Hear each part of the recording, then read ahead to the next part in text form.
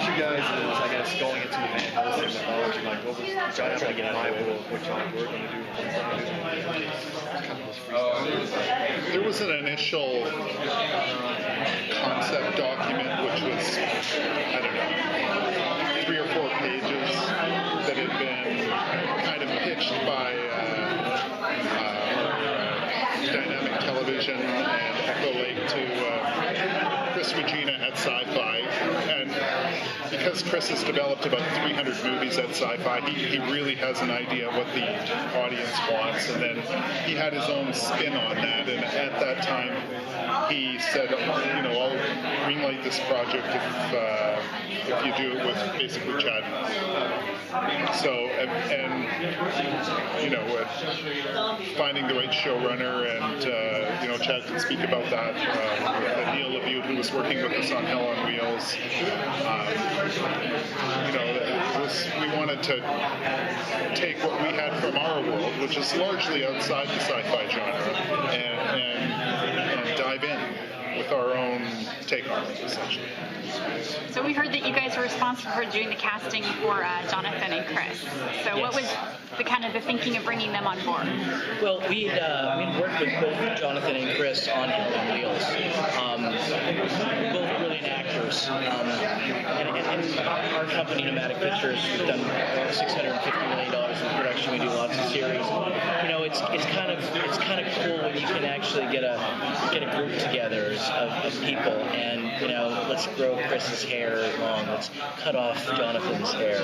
Let's give them first. It's got to be on the page, and it's got to be great characters for them to even say yes. And it's not, these series, some of them aren't huge paying jobs, so they need to be loved, respected, and give them, some material that they can chew on. And it was right from the get-go when we started, writing the characters. A part of my job that I enjoy is the casting process. Started with Kelly, Jonathan, Christopher, David Cubbit, Paul Johansson, Tim Guinee, and it's people that Mike and I have worked with before, maybe not on series, but MOWs or features, and it's kind of like, again, putting the band back together. Come on, Paul, let's put the band back together. And we won't always recirculate the same actors all the time, because we work with hundreds and hundreds of actors, but when something comes on the page, one of the things I enjoy as a executive producer is jotting down those names of the people that would be great in it, and that list of people that we know. So that's how they came into our lives. And having Neil LaBute as a showrunner and Simon together, and building the richness of those characters, that attracts those actors too. If it's thin on the page, likely they're taking another job, but so it's a lot about what's on the page. So that's why we hired Neil LaBute. It was, he's not the first name you would think about that would be, hey, vampires, Neil LaBute, he'd be great for it. So it was something that, again, what Mike and I like to do is think outside the box, and we're just thankful that Chris Regina at Syfy felt the same thing. So, it was literally after going through that whole list of great, wonderful genre showrunners, ones that we'd worked before outside the sci-fi world, and then coming down with another list about what if we kind of straight off the reservation a little bit, go off a little bit right, and thankfully when I called him, his words were fucking brilliant, go for it, and that's how Neil came into our lives. And again, no guns were put to anybody's heads. They all had a choice. They all had agents. They all had managers. They had lawyers. You guys had said before that you're not used to the sci-fi genre, so what kind of challenges did you have going into that? Well, leading up to this, we had only delivered one. Yeah, we did a picture called Mutant World. There was a young writer that I met with in Toronto Film Festival, and he introduced us to Carol Hare at that time at Syfy, and she just wanted to work with us. She said, well, you want to do a zombie western? Well, and it ended up not being a zombie western because it's too many zombie shows, so they said, let's do mutants. So we said, okay. well, that's how it rolls.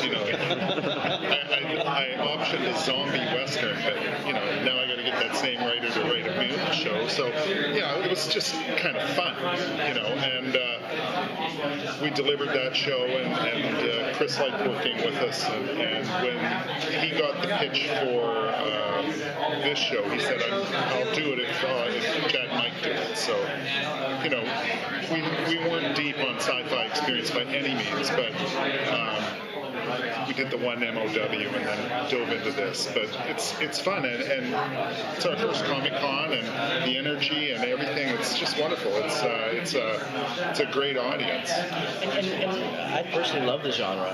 I grew up loving sci-fi. It just never came through our, $600 million in production.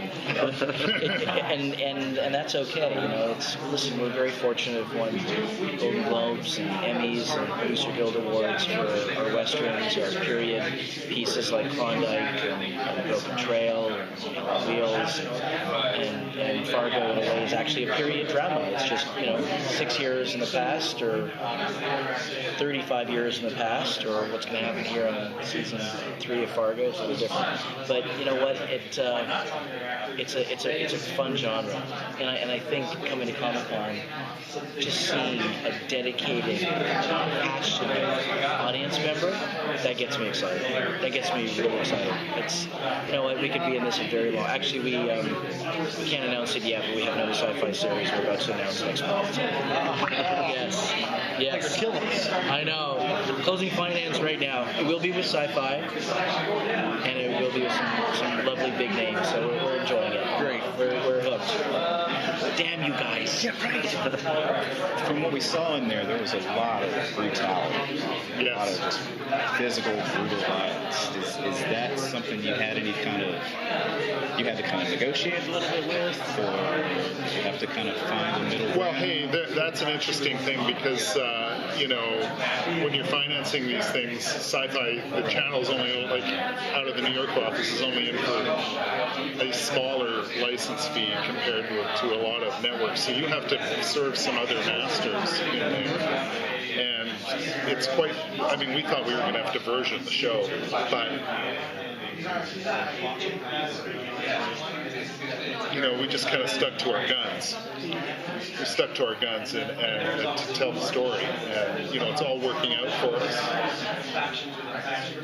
Not without a few bumps, but, we're not serving two masters. We're telling a straight up story. And it's a brutal world we're in. And we're not pulling any punches. Yeah, at the same times in this post-apocalyptic world, there is humanity, there's love, there's a group of ragtag human beings that are trying to be a part of a resistance to take the world back over, and it's not going to be done by negotiating, by playing cards. It's going to be done by physical violence. It's going to be done by brutality. That being said, it's funny you say that because that's what the teaser and the trailers are. But when you actually sit down and see 45, 46 minutes, there's, an act out, there's a murder or a killing or a fight. But really, the majority is not. So I think that's the reason why we hired Neil LaBute is we hired him not for his penchant for blood, because he writes great characters. That emotional brutality, a lot of the stuff that we do. Exactly right. You got it. Thank you guys very much.